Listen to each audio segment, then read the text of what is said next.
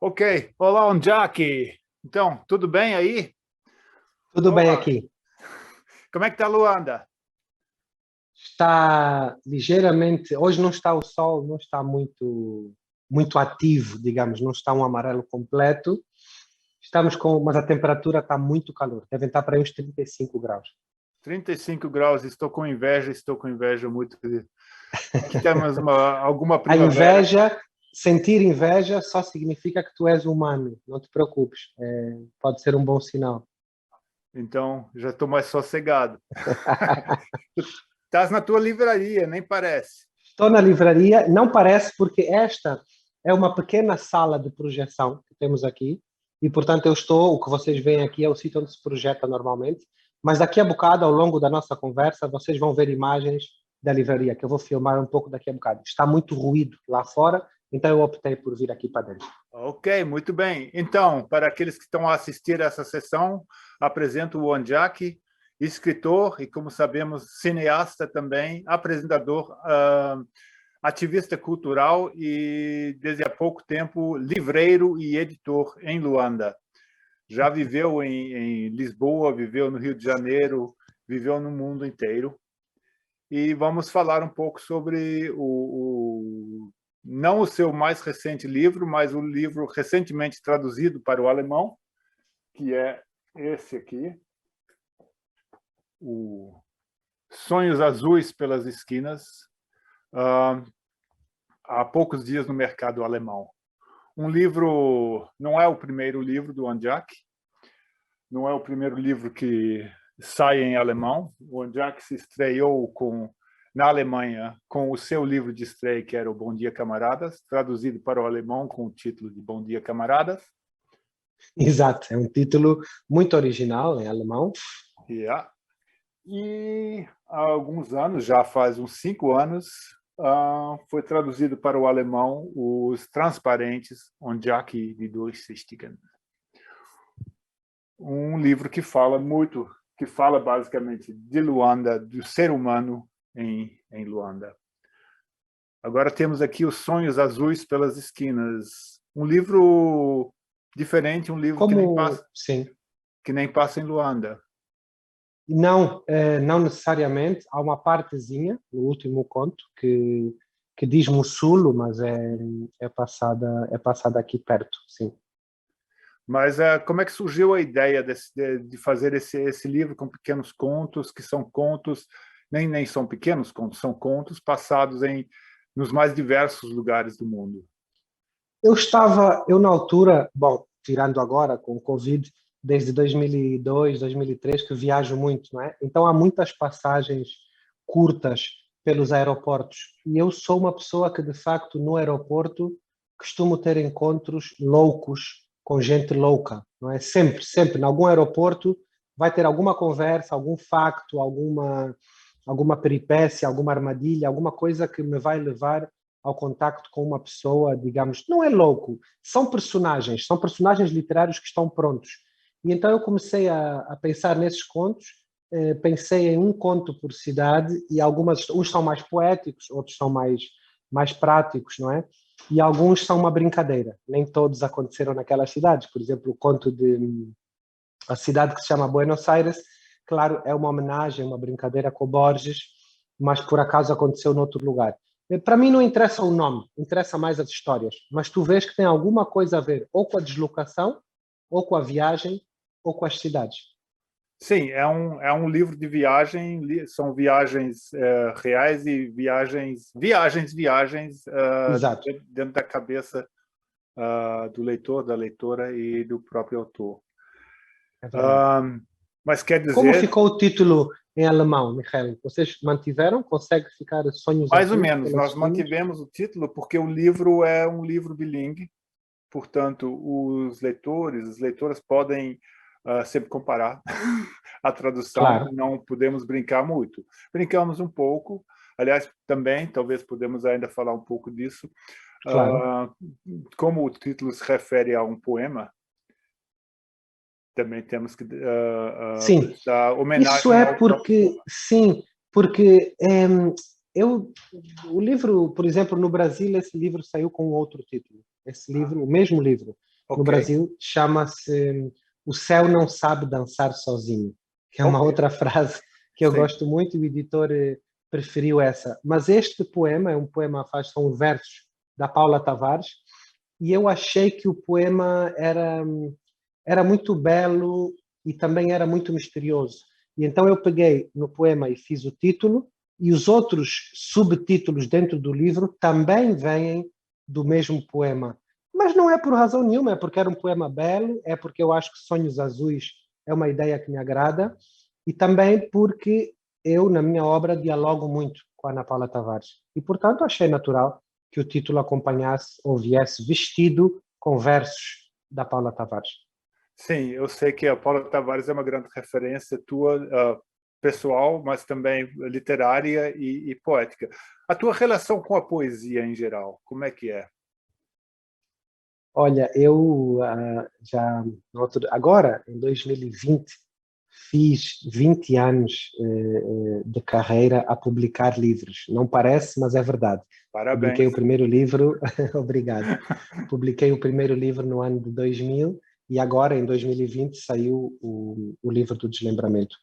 Portanto, já são alguns anos. E eu digo isto para dizer que, até o momento, eu não sei muito bem qual é o meu lugar na escrita da poesia. Ler poesia, para mim, é uma coisa que eu adoro, leio todos os dias, é uma coisa diária para mim, seja em livros, seja na internet, procurar poesia. Portanto, eu acho que a poesia faz parte do dia, não é do meu dia, sabes? Eu costumo dizer a poesia, acho que faz parte do meu olhar, não é bem do meu dia. Claro que os meus dias também acontecem e também os encontro através do meu olhar. Mas é isso, a poesia é uma coisa muito delicada e eu tenho esses poetas que eu adoro, como a Paula Tavares, para falar de Angola, ou o Rui Duarte Carvalho, e então eu respeito tanto, e eles são tão bons poetas, que eu ainda não consigo acreditar que eu também sou poeta. Ainda me falta mais 20 anos para começar a aceitar, ou acreditar, ou a dizer que eu também sou poeta. Dentro do próprio livro, existem capítulos ou contos que Sim, são mais poéticos, digamos assim, que são quase claro. poemas, que têm uma linguagem claramente poética. O de Goré, por exemplo, não é? Sim, É o de Goré. sim. O de Goré, por exemplo, é um texto, na realidade, vou-vos contar um segredo, mas não contem a ninguém. É um Tá segredo bom, que fica tá bom. aqui, Fica aqui nesta entre nós, livraria, e entre livrarias. Fica um segredo entre entre livrarias. livrarias. O Goré faz parte de um poema longo, enorme, que eu tenho, chamado Goré. E Uhum. então, como estava na altura do conto, e eu achei que ia ficar, como os contos são curtos, não podia pôr o poema todo. Então, fiz ali uma espécie de conto a que chamei Goré, mas nota-se que o conto Goré está escrito em prosa poética, digamos, não é? Então, um dia podemos pensar em publicar o poema original. Não, mas a minha escrita, eu acho que a escrita é poética. Ela vem da poesia também. Sim, nota-se Sim, absolutamente, já como vamos contar esse segredo que estamos aqui eu também estou numa livraria, o Anjak exato, está numa livraria, essa livraria é um pouco mais visível, a livraria de língua portuguesa de Frankfurt, a TFM, exato, que, aliás, é também a editora do Anjak, e é por isso que ele nos revelou esse segredo do grande poema, exato, exato. tentando incentivar a editora a entrar no campo da poesia. Da poesia também. Pois é, pois é. E E, eu acho que aliás, depois que os alemães virem esta entrevista, eles vão mandar e-mails para a livraria a dizer que querem mais poesia na TFM. sim, Isso sim, acontece. eu acho que isso vai acontecer e tenho certeza e também depois de lerem esse livro. Um, eu gostaria de ler esse poema também da Ana Paula Tavares. Não sei se tens o livro em português aqui. Eu não tenho aqui, mas tu podes ler, claro. Podes Eu vou ler, ler, sim. eu vou fazer a única. Eu vou ler em português. Depois Lê. leio em Lê porque alemão. depois tu traduzes, porque é muito bonito esse poema, muito bonito. Para onde eu vou, ferve a luz. Debaixo dos tetos, a ontem e amanhã. Amores com pele de líquen, sonhos azuis pelas esquinas. Ali não é preciso nada. Guardamos o lugar com palavras, olhamos uns para os outros e vamos, cada vez mais pobres, tapar o sol com a peneira. eu já ia ler a versão em alemão, porque eu só decorei a versão em alemão, mas tu leste, pronto. Então, tudo bem. Fica para a próxima, tu leres isso em alemão, porque fica bonito. Eu vou tentar traduzir a tua voz. Esse poema mostra, de alguma maneira, essa delicadeza, o que eu chamo de uma delicadeza universal. Essa poeta angolana, Paula Tavares, ela tem um universo feminino muito, muito próprio, muito forte, muito profundo, mas que não colide. Ela não escreve contra ninguém. Ela escreve a favor das mulheres, a favor do mundo, a favor do sul da Angola. Isso é muito bonito, quando o poeta pode reivindicar uma coisa sem necessariamente agredir ninguém ou agredir outra coisa. Eu acho que é muito bonito.